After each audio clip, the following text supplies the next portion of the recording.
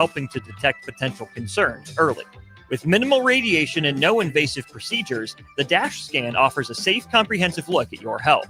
Plus, results are delivered faster than ever, giving both patients and physicians confidence in screening and diagnosis. Your health is too important to wait. Schedule your DASH scan today at Advanced Medical Imaging. Visit amimaging.com or call 402-484-6677 to learn more. Have you been injured in an accident and don't know where to turn? You need an attorney you can trust to handle your case with professionalism and compassion. The attorneys at Liberty Law Group understand that a call to an attorney is a call for help. If you've been injured, we want to help you. Liberty Law's experienced attorneys are committed to the pursuit of justice for those injured. Call Liberty Law Group and find out how we can help get you the compensation you deserve. Call 877-42-LIBERTY. 877-42-LIBERTY. Liberty Law Group. Trial attorneys you can trust. Safety is always at the top of mind at Lincoln Electric System. The safety of our employees and the safety of our customers. It's National Safety Month. Visit les.com/safety for tips on all things related to electrical safety. If you're working in your yard, remember never to place landscaping, structures, and fences too close to above-ground electrical equipment. It's unsafe and could cost you financially. Visit les.com for a complete fence and landscaping installation guide. Coming at you live from the heart of Lincoln, America. This is the Don't Punt Hour with former Nebraska receiver. Throwing over the middle, completes the pass. He's got speed to the end zone. Touchdown! 45 yards. And return specialist. This time he beats the kicker and one more. DeMornay Pierson-El. Not only does the sideline have confidence in Pierson-El, but Pierson-El has confidence in Pierson-El. On 93.7 The Ticket and theticketfm.com. All right, welcome in to Ticket Weeknights. Harrison Arns on the ones and twos. Once again, I am back. We got the host as always, DeMornay Pierson-El, streaming in. Plenty of things to talk about since I last left. Plenty of things happened since I left. Some stuff we won't even talk about on here, but I'll tell you what, DeMornay Pierson-El, I came back, landed back here in sweet old Nebraska. Not going to talk about what's going on west, but sports world and everything. We got the house settlement on. What a shock to come back to. But DeMornay Pierson-El, how's it going on a beautiful Tuesday night here in Lincoln, Nebraska? It's going real well, it's taking it one day at a time. Finally welcome back. He took a little hiatus from us and whatnot. So, it's good to have you back. It's held down. Jackson did a great job. Shout out to him. Yeah, great young man, that one. So keep an eye out for him. Who knows? Monday he might be back in the Florida neighborhood. But no, appreciate him and everybody else who stepped in. I do got to ask you, though, how many times have you been out to Arizona, DeMornay Pierson-El? Often, a lot. How the hell do people do it out there? I don't know if you can, see it on my hands, but, even the top of my hands got sunburned. It's like I was putting sunscreen on every 30 minutes. UV 12 is absolute insanity. I got to a point I just couldn't believe how people are doing it. The locals, they're kind of used to it. So you get callous to it a little bit. But typically, have a lot done before 11. And, you'll see them probably after about 5:30 when things start to cool down pretty much. Yeah, and we try to kind of play that one by script. Our tea times were early, 7 a.m. in the morning, which is great after a night of a few, beverages. And then that sun, I thought it was bad already. And it was something at 9 in the morning. It was plenty hot. It felt like 90 degrees already. But the UV was apparently only 5. And if we stayed out there any longer, it got to 12. And I still got fried out there. So, that was my experience. Beautiful nature. The sun, though, brutal in June. And I will tell the golf courses, probably smart to have some sunscreen on hand in June. The one course we showed up to, they just ran out. Devastating discovery for everybody out there. But like I said, we're not going to talk about my vacation the entire time. I just wanted to give some updates on how illy prepared I was. What do you think of the house settlement? And for all of those who don't know, we'll just dive into it. So there is a cap on athletics now. It's about $2.8 billion for the last 10 years of all the former athletes. But today there is a roster limit somewhere between $20.5 million for those programs. And they split it up between football, which is about 75%, men's basketball, 15%, women's basketball, 5%, and all the other ones, 5% there. How do you feel about this House settlement finally breaking through and that 105 roster limit? It will be there. But I thought the roster limit it won't take effect this year. I thought they pushed it back or are going to push it back. Okay, maybe I'm wrong on that one. They did push back on it. I think from what I read, they did agree upon the 105, but I don't think the 105 will take in effect this year or next year, if I'm not mistaken. Okay, so either way, I think we'd both rather have a grandfather situation. Yeah, regardless. So hopefully that's.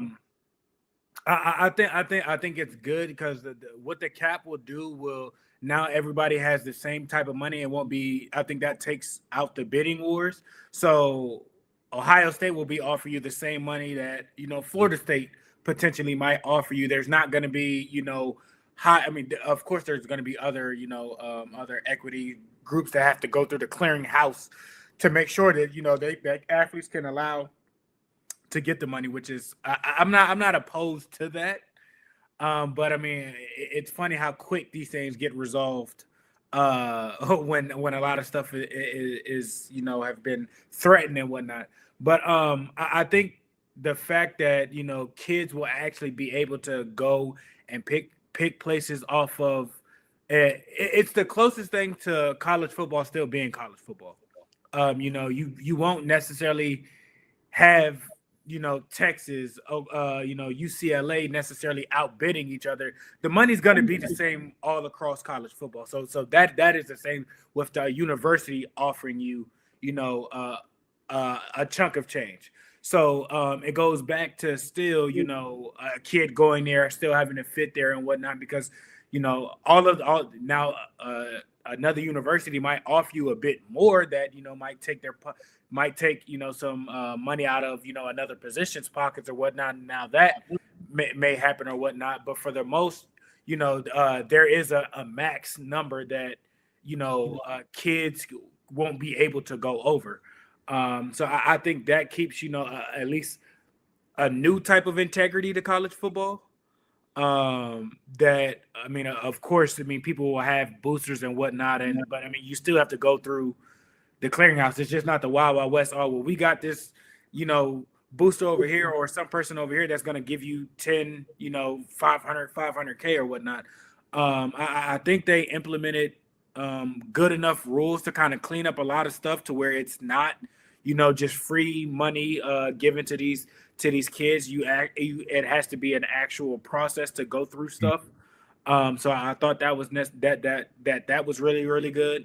And I know for the judge to approve it, I like I said, from what my understanding was, the 105 doesn't, jump off this year, because she said that it wasn't fair to the college athletes that are there now, that have, worked over the past year and a half or last 2 years or something like that. So I know that they had to push that out. Them getting down to 105, I don't like that. Again, football is a very violent, physical sport. Going into camp or whatnot, I think the result of them having 105 or whenever it is implemented, I think you might see a lot more bigger injuries at the beginning of the football season. Yep. Okay, and I'm trying to figure out more on that roster limit. Allowing schools to offer scholarship. It's saying it's 105. I'm trying to figure out where it's grandfathered in. Nonetheless, it looks like there is some more details on that. But I do agree with you. The biggest thing to me is they cleaned up those NIL collectives a lot. NIL collectives became the de facto payers of players' salary, and then it just led to a bunch of shady dealings. And you mentioned it before, the College Sports Commission, or they want to call it the clearinghouse. Now a lot of those NIL deals are going to have to be approved. Because what they're finding out, I think they said like up to 70% of the deals that came through last year with the College Sports Commission rules that they have right now, the clearinghouse rules, they would probably deny about 70% of them, they said. Now it's, yes, you can have NIL deals, but it can't just be, please sponsor our bubble gum that, brings in $100,000 a year, but I'll take $1 million out of my bank account and just give it to you directly, and we'll call it a sponsorship. That's not a real value business sponsorship. They're never making that money back with the business. So it just didn't pass through. So yeah, maybe they can still have the deal, but all of a sudden that number gets a lot lower. So it doesn't, the NIL, they can still go out there and make millions with it if it actually does seem to be a legit deal where, yeah, that business, it's a valuable interest in them. It makes sense. They can both make money. But we're going to see a lot of this pay for your guys with these weird NIL deals. You're not going to be able to do that anymore. My thing with that is the only thing that I'm like kind of I get that it should be a process of things to go, but how can you like the NCAA is not getting paid this money, so how can you dictate somebody that's willing to give their money to a profitable cause? Like you're not involved necessarily in the transaction. No money's necessarily coming in you, but you step in and say, well, no, you can't give that necessarily to them. So that part is a bit funny to me. And I think, well, I mean, if you want to keep that open end, then you just get rid of the roster cap and you just let the NILs continue to drive the market. And I think that's what they wanted to happen, but it got so wild that it was like, okay, these numbers are ridiculous for these the smaller schools are going to drown out. I think people will figure out different ways to necessarily move the money and everything like that. It'll make them become more creative. It's at least nice to see that they are thinking and being proactive with, I guess, how the money necessarily coming in versus just, a booster just dropping money or whatnot. So it's like I said, I'm not necessarily mad at it. It's just, it's crazy how the NCAA always wants to dictate, certain situations, but they handle other situations completely wrong. Cheating situations, Reggie Bush situation, Johnny Manziel, situations, just for, an example. Just a lot more you can name, but go ahead. Of things. But I do think of what they have put on paper. I think that's probably as fair as you could get. I'm not mad at it. Kids have the opportunity to make money and for money to come. Now it just has to be a legitimate, investment or a legitimate, I don't even know what the proper NIL term is because I mean, I don't know if you gotta go. I don't know if we'll see college athletes doing commercials, for local stations and everything like that type of situation. You know what I mean? So I don't know necessarily how do you deem, which ones are acceptable and which ones aren't. I think it's just common sense will dictate a lot of it, and that's why I used that example before. Before it was, I think we expected to see the local TV commercials and stuff, and then pretty soon it was like, if you want players, that's not enough money. These locals, that's not going to be enough to sway them because there's the bagmen, the NIL collect, they're just going to find a way to give them way more than whatever type of deal they can find with a local business. And it got to a point where national businesses were stepping in because they have a CEO, part of an alma mater. So I think it's just trying to get a control of that. The part you do bring up, though, this is going to be interesting. And there was a New York Times article that I thought they actually hit the nail on the head. Apologies for not remembering who wrote it, but the bagmen, like they're going to probably find a way back. The bagmen, before NIL was there, it was definitely happening. There was people throwing money under the table. Call them what you will. Bagmen seemed like a fitting thing for me. Then we made NIL legal. Then they became like the deputies, from criminal to deputy. They became the powerhouse, calling all the shots. And now we're going back to an era where they can't be out there just making crazy deals. And you're already hearing rumors that some of these agents are just saying, yeah, just don't disclose NIL deals under the table. So do you think we're just going to fall right back into under the deal? For sure. It'll again, and it's, I mean, I don't want to say it's laundering because I mean, I don't know the proper terms and I don't want to be, incorrect with certain things or whatnot. But I mean, under the rules. The bagman has. I mean, let's not. Come on now, like these high pro athletes have been getting some type of compensation. I'm not saying all of them, but it's more commonly than not. So they figured out a way to do things and everything like that, and that's not going to change. The game evolves.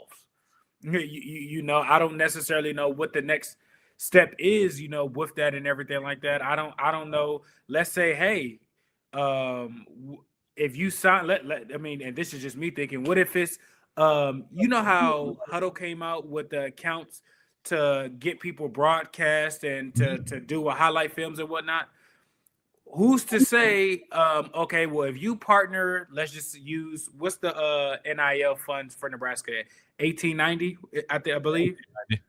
Let's just say if you, and this is just their bank, let's just say if you partner with our NIL firm, we have a guaranteed $800K for you if you sign. That could potentially be the bag, man, and it's a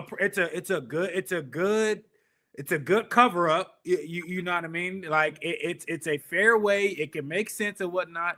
So who's to say like the exclusive players of the team are the only ones that get that type of invite to get that NIL deal? It can be that type of situation. You can't dispute that. Like you probably can figure out what it is, and you can't say no because they're technically doing it the right way. There's no cap on them.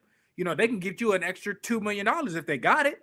Because it's an NIL deal and it's fair. So that would be one way around it to where you can still be a league, the bag man above ground, and you don't really have to go underground.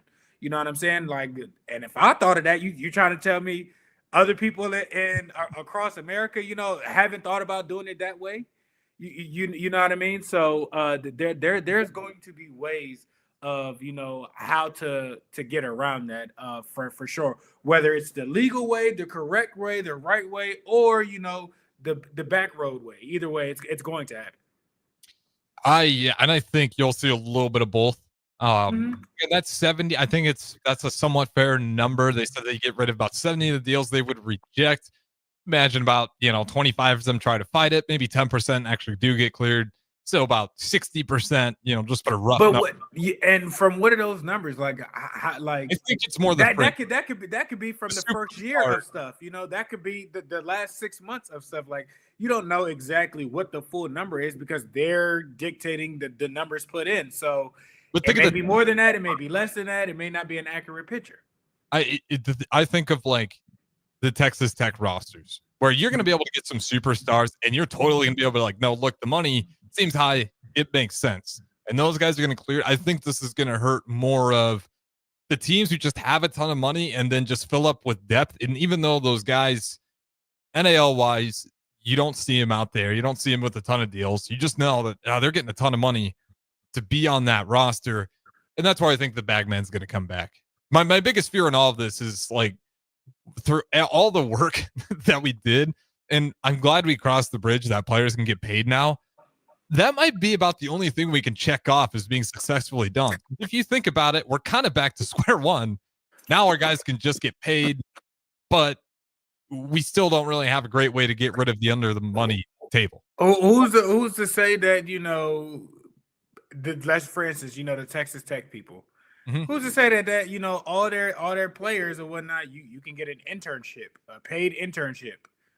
Like you know what I mean? Like Like the NCAA can't dictate how much you get paid at an internship, but or a partnership. There's slick ways around that to where it's a loophole or the words might not. Because again, I mean, has this is just me thinking. Has the NCAA ever said anything about like internships? They haven't said anything like that. So what if you got the right man with money or whatnot?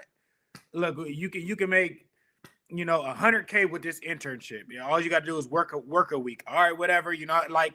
There's no way to regulate that or say no, you can't do that. You know what I mean? In the summer. So there's going to be creative ways that come about this above ground and underground to get that to happen. So you putting a Band-Aid over a wound that's still halfway open and you don't know how to necessarily get it to heal. Well, you picked out one of the holes already. I'll just ask you flat out. Should we ever cross a bridge where they do become employees? Because this is the loophole a lot of people already think of. I'll just make an employee. You can't tell me how much I pay you. I don't think so. You don't think they should ever be employees? No. Okay. So if Congress is looking into this right now, a draft bill in Congress obtained by the Athletic would turn post-house rules into law, let the NCAA make rules on transfers, and declare that athletes cannot be employees of their schools, eliminating one of those loopholes. To me, I always feel like we should go ahead for that one. Once we cross that bridge, we're totally separate from it being a college atmosphere. I mean, at that point, we're just pro sports in my mind. Once we start going the employee route, it's like we're kind of just losing touch of. It's cool that these guys are getting these degrees, but it's like we're having to work a full. But the thing, again, like how they just put a cap on 20. Again, you can put the money into the trust to where these kids aren't getting all this money right up front, but you're choosing not to. Like that's a y'all issue. Like you can get, like I said, kids can get 70% or say 50% of their money, for once they actually graduate or once they actually, if they leave early or whatnot or something along the lines. Like you can put that in there to where you can bring it back around for the educational purpose wise. People will be mad that, okay, I won't be able to get as much money, but again, you make it goal oriented. But like I said, I mean, you choose what things to kind of do and whatnot. And if you don't want to go down that route and whatnot, okay, then put, different things in place to necessarily to where it's just not all that money up front right then and now. I'm not saying that the players can't get it, but do you think certain kids will come back to college to stay? Because again, that's more money that they can get necessarily. So you're keeping kids kind of in college more. Mm-hmm. Versus, outside of maybe the few percentage that might go for, the top 3 rounds or whatnot. But again, it's yes, you're making it about the money, but again, you working for that money long-term wise. I'm not saying that you can get 20%, of it, right off the bat, and each year, okay, you can get 10% more of whatever we get each year, rise it. But did you think of that? No. Did you implement that? No. So you shouldn't punish the kids by making them employees. Like that's not right to them. That makes it easier on the people that's been getting stuff easier. These colleges, the NCAA and everything like that. They're trying to get things off their back. No, don't make it easy for them. I don't think that part is right. Yeah, that road right there just seems like an endless rabbit hole of confusion once you start making them employees, because you can just give them meaningless titles and then you can make an argument for why it's a real title. And like it would be such a newfound ground that just trying to navigate it and put rules around it, and it just make the salary cap pretty useless. I mean, a lot of schools would go ahead and follow that model of like, let's just be employees. Then, well, they're worried about the cap because if they worried about, and this is what they're not going to do, if they're worried about, paying them so much and everything like that, how about you give them, up to 5% on that TV deal that you got from the Big Ten? How about, that TV deal with ESPN and as you're in college, every year you get 5% of that. That takes the money away off of the university, necessarily being the only one on the line for the hook, but they're not going to do that. So you want to spread the wealth and do certain things and whatnot. I'm not saying you got to give everybody 10% and argue that. No, but every, college athletes, depending on what conference you're a part of and everything like that, that TV deal, those athletes, get a 5% percentage off of that. That could be a part of their NIL deal or whatnot. But like I said, they're not going to do that part. No. I don't. This is, and apologies to go down this rabbit hole as many times as we've done, but like this is the part that I think you and me just fail to understand. It makes in no sense doesn't make sense to just hand tons of money at once for anybody. Whether you hate them or like them, it's just not good for anybody to do that. Why is it bad to space out? The morning Pierson-El, you weren't making NIL monies. Was it hard to survive, feed yourself, and clothe yourself at the University of Nebraska without money? I wouldn't say no, it was hard. I mean, as long again, you go to college to learn these types of things. A lot of, and if you're disciplined enough and whatnot, like no, you will survive and everything like that. Now, was it tight, and did you have to make some things work and whatnot and everything like that? And then was I, spinning, and was I spinning wrong at times and everything like that? Yeah, I learned pretty quick not to. Mm-hmm. And it got me to, okay, I understand, how to budget, how to do certain things for myself make things stretch or whatnot. But I mean, food wise, I mean, the university is a safety net for athletes.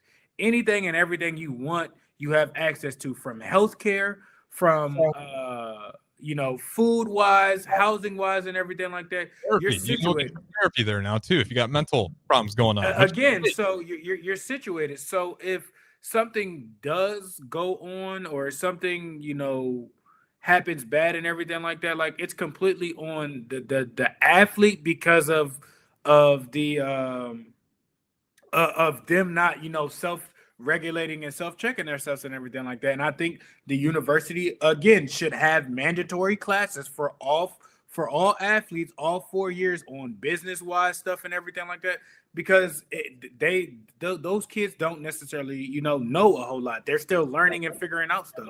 So as the school, as a learning institution, you should make that a mandatory across, or the NCAA should make that all across. It don't necessarily have to be hard or anything like that, but again, investment type stuff, taxes, and making sure they understand what to do to make sure, like I said, you're not broke within a year of you leaving college.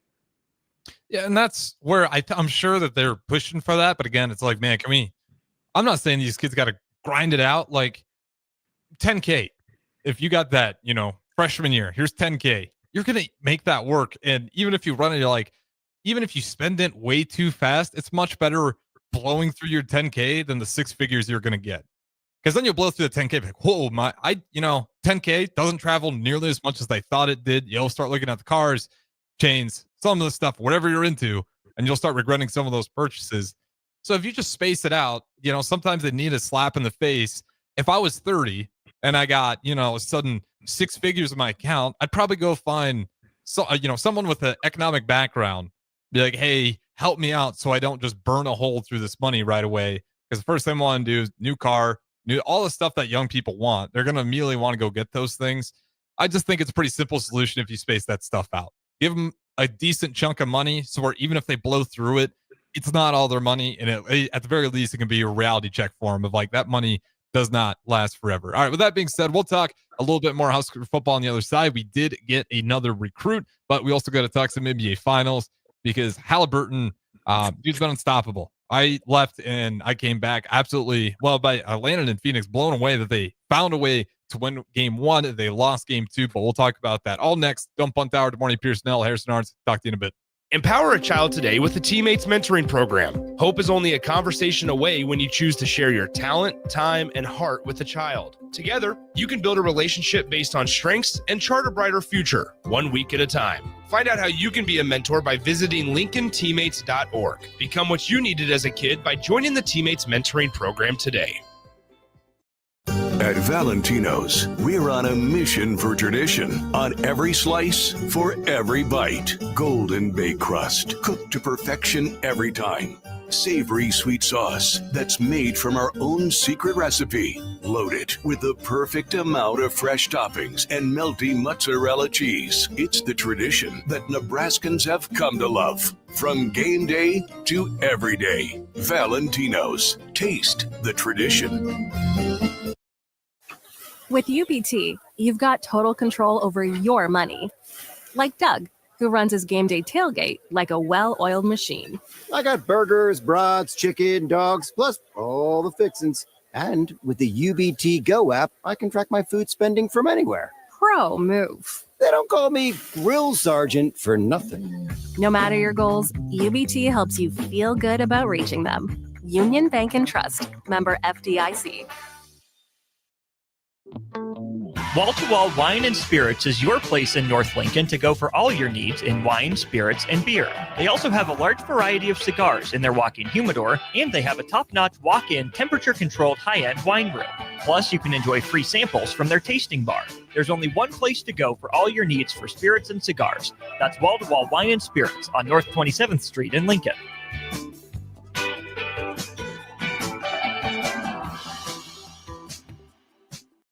Life changes, and sometimes that means changing where you call home. Whether you're downsizing, growing your family, relocating, or facing tough times, you shouldn't navigate it alone. I'm Laura Bonta-Bush with Woods Bros Realty, and I'm here to guide you with all your real estate needs.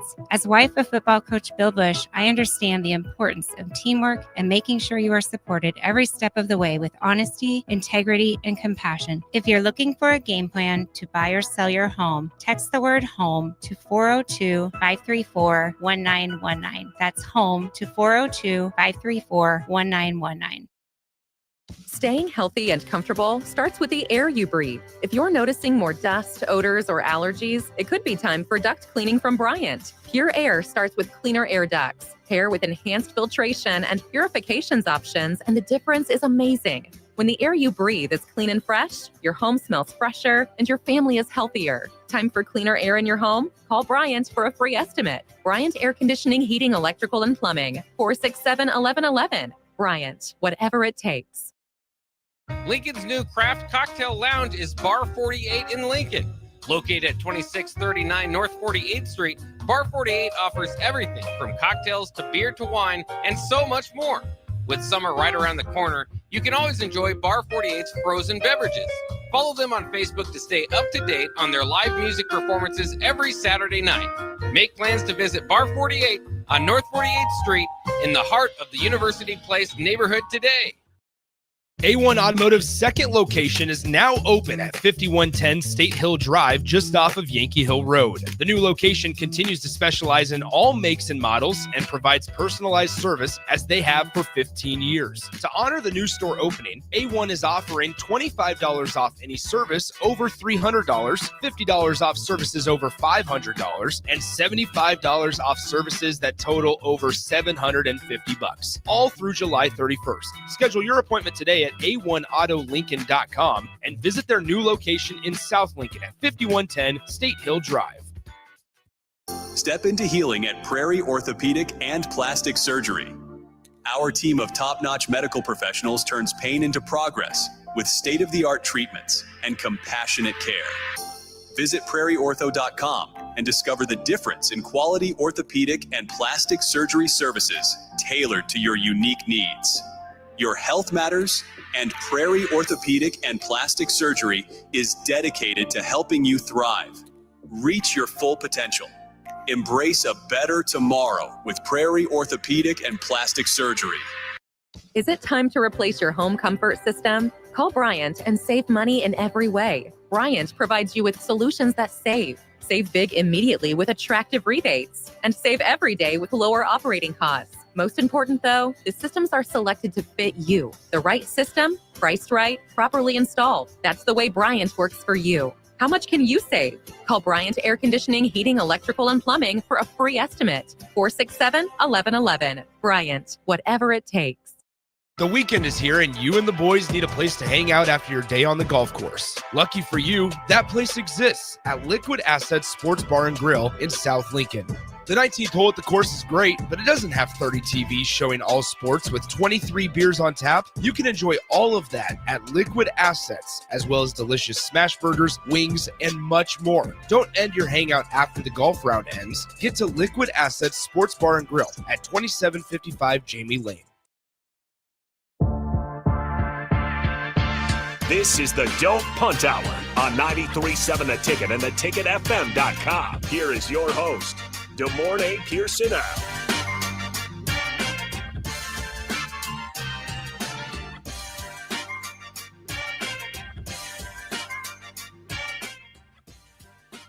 All right, welcome back in segment number 2, Dumb Punt Hour. Good morning, Pierson-El, the host as always. Streaming in, you guys can join in 402-464-5685. That is the Sartor Heyman text line. Facebook, YouTube, X, Owl Channel 961. All great ways to put a face to the voice. Shout out to my mom on the first segment. Unfortunately, don't have those genetics when I was down there in Arizona. Appreciate her for listening as always. All right, moving on here, though. Got a little bit more on Husker football here, though. 2026 offensive tackle Rex Waterman commits. I believe that adds a total of 5 or 6 to that total, 5 to that class of 26 now. So he's with the 4-star safety, 3-star wide receiver, And of course, Dayton's in that class as well. And then you got another linebacker, native Jace Reynolds right there. He becomes the 5th 3-star lineman, pretty known to play that left tackle, although they do think he has some of the size to move inside the guard if need be. I'm not sure if you watched tape on it, but again, adding another one to a 26 class, filling out that potential left tackle role. Thoughts on him?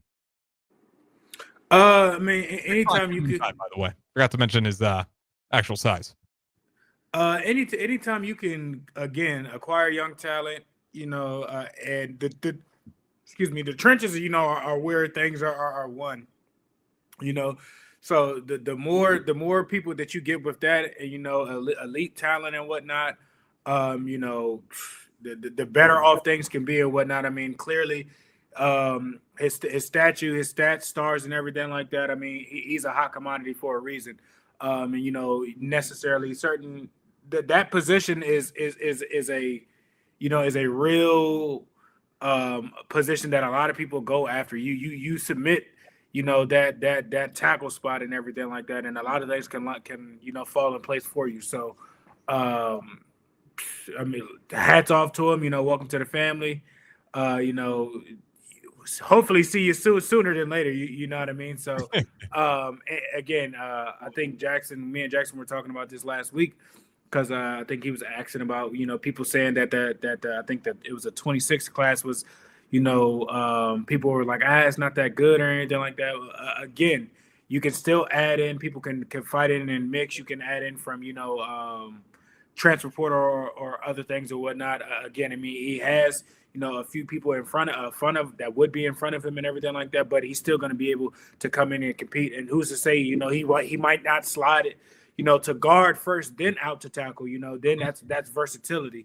So it gives you a lot of line depth with things and whatnot. And that's, what you're going to need, especially with, things going down to 105. So, a solid pickup for sure.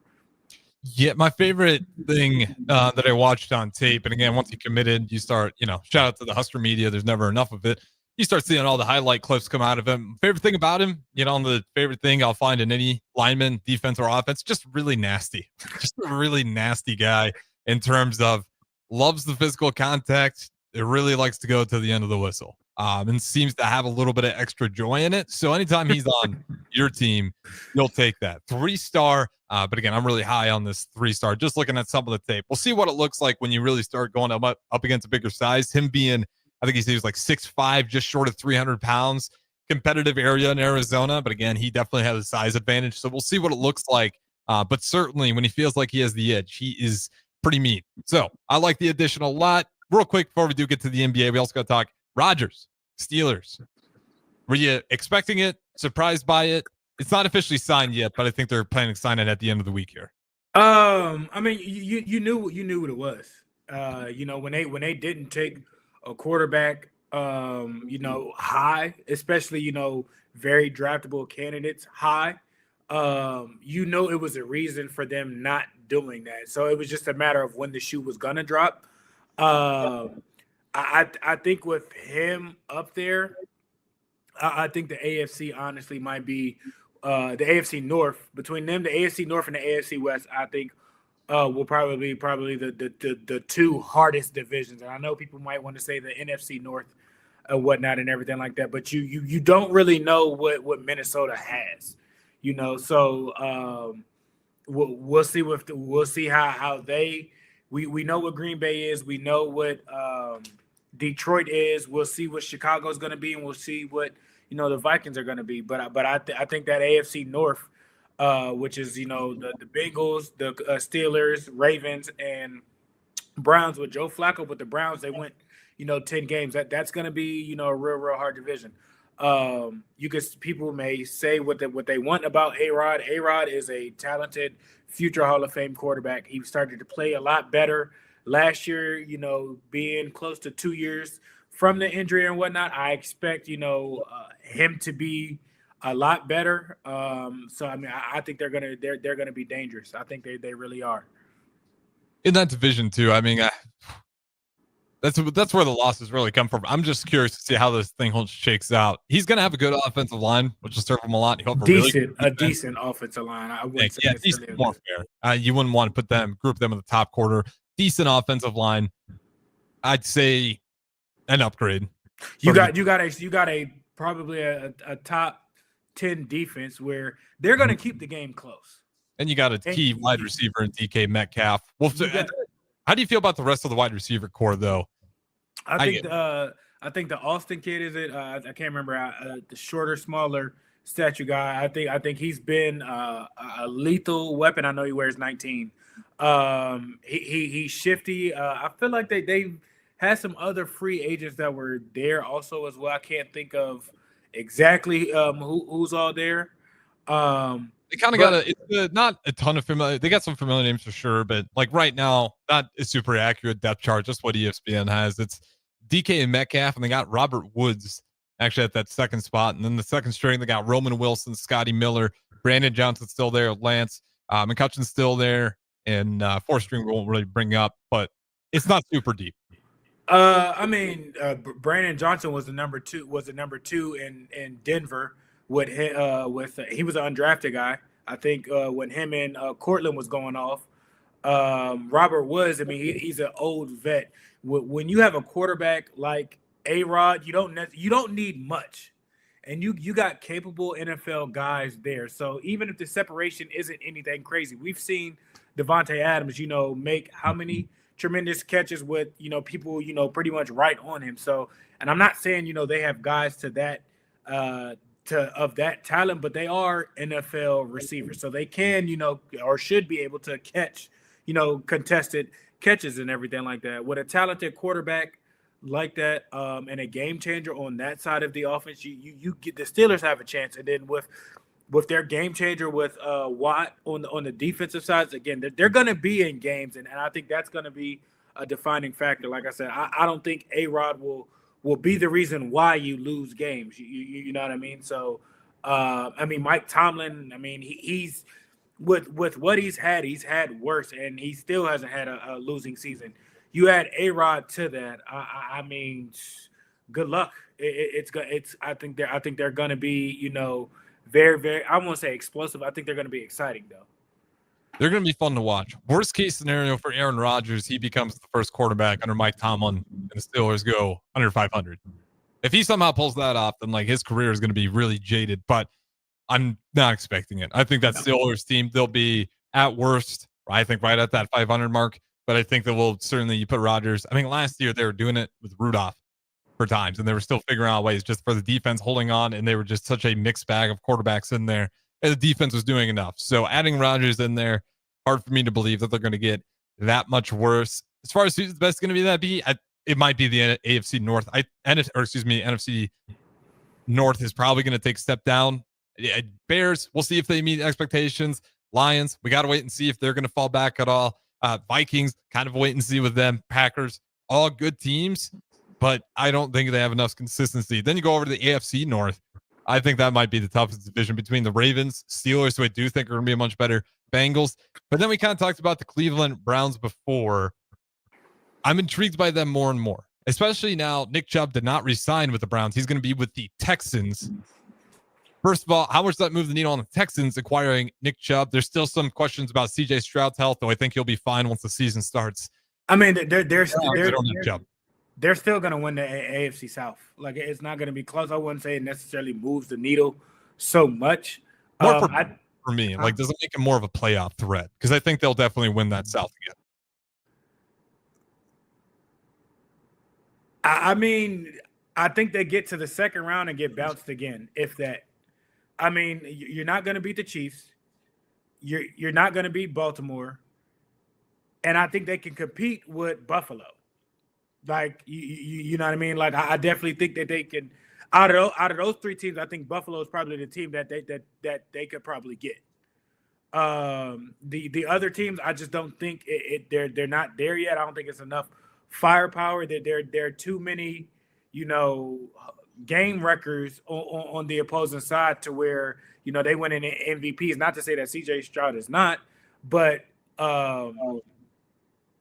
them adding Nick Chubb doesn't move that enough. You know what I mean? I think that's a solid pickup. Again, Joe Mixon was hurt, I think, or had some injuries later in the season and whatnot. So, I mean, He's still got Pierce. That's pretty loaded running back group. Yeah, for sure. So again, like I said, it's not anything crazy. They lost Stephon Diggs. I think Stephon Diggs really didn't get involved as much as I thought he would. But it doesn't move the needle. Like I'm not. Oh my God, I'm not. I think two teams in the AFC, West, in the AFC West, the Chiefs for sure will give them a run for their money. I think the Chargers, would definitely give them a run for the money. And you still have to watch out for the Broncos. They had three teams, from that division again.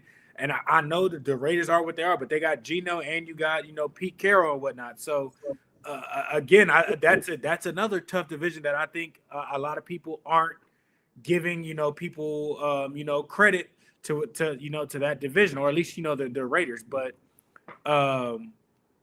we'll see how they hold up against, maybe I think, like I said, two of those teams from that division will give, I think, the Texans a definitely run for their money. But I don't think they're AFC Championship bound. Like that, I don't think they've hit that mark just yet. Second round, I think is probably a fair estimate. It's brutal. I mean, it's just you're in the AFC. I'm sorry about it. It's the toughest division. But especially right now. I mean, right now, who's your best quarterbacks? Mahomes, AFC, Allen, AFC, Lamar Jackson, Joe Burrow. I mean, you're just going down the line and you're dealing with the best of the best. A lot of them seem to be over here in the AFC. You're going to have to go through at least three of them to get to the Super Bowl. On the bright side, your division. At least three. Because they do get the Colts. Anthony Richardson, I got to look up on his injury reports. Apparently, they won't even make comments on it, which is concerning if you're the Colts. Trevor Lawrence apparently wearing an arm brace, too. We'll see what it looks like for him. But Jags might be a little more interesting simply for the fact they got Travis Hunter. We'll see if they make some noise. No. We're really not scared of anybody. And right now, the news heading into these camps and out of these camps seems to be more negative for everybody but the Texans right now. The only one that seems to have nothing interesting or nothing bad going on is the Tennessee Titans. And then obviously the Texans make some moves, but Colts, Jags, I could not tell you at all what next year looks like. How much pressure is on Trevor Lawrence this year? Like, are people going to give up on him pretty soon as a true starting quarterback in the league if he doesn't figure it out this upcoming season? No, because I think he was. I think he was solid and whatnot. I think again, coaching change is a piece of it. He's been what in the league 5 years? And 5 going in 6, I think. 6 and he's had 3 coaches. He started off with Urban, then he went to Doug, and now he's on another coach. So in 5 years, you've had to learn 3 different, new offensive schemes. So that's not something small. He was drafted in 21, 4 years. This will be his 5th year into the league. And again, 3 coaches in 4 years is crazy. Yeah, that's pretty good. You have to. I don't think so. You have to put that in there, and I also think like him being healthy. I think he's had maybe 2 healthy years. They went to the playoffs. They won a playoff game, I think 2 years ago or a year and a half ago. Mm-hmm. So it's definitely there, and I think that's why they were so aggressive to get a player like Travis for Splash to kind of help things out, because their offense honestly has been depleted from a receiver standpoint. Yeah. They let Zay Jones go, and I know people may say Zay Jones. Well, he was a big part of their offense. Christian Kirk broke his collarbone last year. They let him go. Gabe Davis was hurt. He didn't really do any much, so that was unsuccessful. You had the tight end Evan Ingram, who he had maybe a solid year or 2, really playing well. He's no longer with the team or whatnot. So I mean, what are your weapons on the offensive side, really? I mean, you had Brian Thomas last year that you drafted. Yeah, you can build off of that. So I think they're heading in the right direction with being aggressive and getting him, pieces to where it's not necessarily all on him. My fear for him is just too late. And this is nothing on Trevor Lawrence. Just it seems to be an unfortunate fate for quarterbacks. Like for his situation, I think a lot of Justin Fields. We were not doing very much to help him out, and he just became the scapegoat for everything. So I'm super excited to see Fields. Looks like he's getting an opportunity kind of reclaim his stock as a true caliber starting NFL quarterback, because at the Steelers, he looked solid there. Maybe nothing stat breaking, but fitting into the system early on really It was well. only like 4 games. With like I think it's 4-2 with them. I think it was 6 games, wasn't it? Didn't he go 4-2? 6 Good. games. Okay, that's right. I mean, that's what you see, and he gave him a start, and that's what I think for Trevor Lawrence is like. If it doesn't work out this year, I just want to see him. Hopefully, some other team take another shot on him. If I'm the Rams, I'm looking at that situation. That's a good situation to be looking at. He's still got problems. I mean, like you said, I was They shocked. would have to wait probably 2 years because I mean he did sign. He was I think getting $50 million a year. So he would have to be a free agent, a pending free agent, and have to kind of go there, or they could trade a few first round picks or a third, a second, and something to get him in a year or two. I think it's all going to depend on what the Jags look like this year, on the direction of like how his future contracts are going to go. If it's just going to like kind of let that thing drop, or if you show some promise and some flair, and maybe the Jags aren't super sold, but some other teams like the Rams are like, you know what, we see it. Your guys' organization has just stunk for the past 4 years. We think it's a you guys' problem, not Trevor Lawrence's problem. And I wouldn't be terribly shocked by it again. I think his situation is very similar to that Justin Fields. All right, we talked a lot of NFL. We're going completely over the break. That's fine. NBA. Game 1, Pacers steal it. And were you surprised at all with that last possession? Okay, good.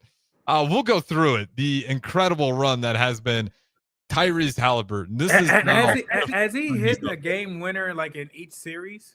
I'm glad you mentioned it. All series. We'll mention them right here. April 29th, Milwaukee series. They trailed 118-111 with 35 seconds left in overtime. Halliburton scored with 1.4 remaining. Pacers win it 119-118.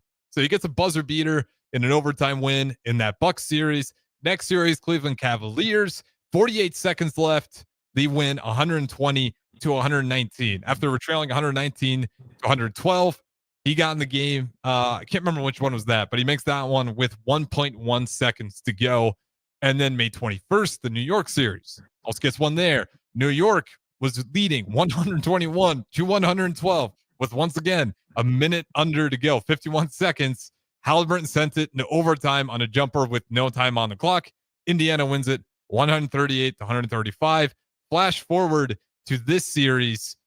Pacers down by 15 with 10 minutes left. They rally in the fourth quarter. And let's see the last few seconds here. It was 15-4 over the next 3 minutes of that last fourth quarter. So they scored 15-4 run with 3 minutes 26 to go, and they end up taking a 98-94 on the final three by Turner. Well, that's not quite the buzzer beater there. They're giving me the momentum switch. I couldn't tell you exactly where that buzzer beater was, but there was what 0.3 seconds left on the clock after he made it in that first versus OKC. Either way, I can't give you the exact time print on the last one, buzzer beater, but there's the three before. So yes, this is a buzzer beater in every single series so far from Tyrese Halliburton. It's crazy, and I don't think we've seen. Would you say for a month and a half at least? He when in clutch moments, like he's been the most consistent. Like, I mean, and I'm not saying over. Like, I mean, you can look at Jordan, you can look at LeBron, you can look at Kobe, you can look at Ray Allen, you can look at Steph. Like, of course, they have more, game winners or something along the lines, but I don't think it has been as back-to-back as back or as closely related to this. They might hit one this series, one that series and whatnot, or one every other year, like in crunch time. It's crazy, It's, shout out to him for, him not being afraid of the moment and, stepping up and capitalizing and coming through on it. He's worked at his craft, and, I tip my hat to him. That's not easy to do, and it hasn't been done the way he's done it, in the NBA. So it's something amazing to see. Craziest stat of that game. How many turnovers do you think the Indiana Pacers had? That game one? Game one. Probably like 22, 23. 24. How many do you think OKC had? That's close. 8. They had just 6. That was close. 24 turnovers to 6, and the Pacers still win the game is insane. That's some luck. That's just the Pacers' MO of the entire year of never say never, despite how bad we're playing.